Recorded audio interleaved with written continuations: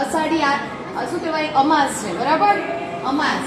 અને આજનો દિવસ છે આપણને આપણા જે દાતાશ્રી છે કકીબેન જે ગોમતી ઘાટ ઉપર છે અને એમના થકી આપણને દાતાશ્રી થકી આજનું સરસ મજાનો બાળકોને નાસ્તો અથવા તો નવીન નાસ્તો મળે એ માટેનો આપણા મિતુલભાઈએ પ્રયત્ન કર્યો અને સરસ મજાનું આપણને દાતાશ્રી દ્વારા બાળકોને રાજી કરવા માટે અમાસના દિવસે સરસ મજાનું બાળકોને પફનો ગરમા ગરમ નાસ્તો કરાવે છે.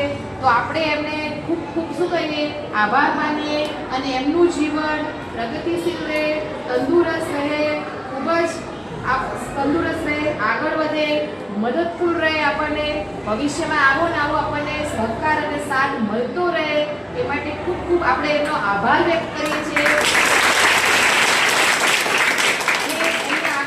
આગળના જીવન માટે શુભેચ્છા કે આવી જ આપણને ક્યારેક ને ક્યારેક સરસ મજાનું બાળકોને નવીનતમ નાસ્તો કરાવતા રહે એ માટે આપણે એમને વિનંતી કરીએ છીએ, બરાબર? તો ખૂબ ખૂબ ધન્યવાદ સાથે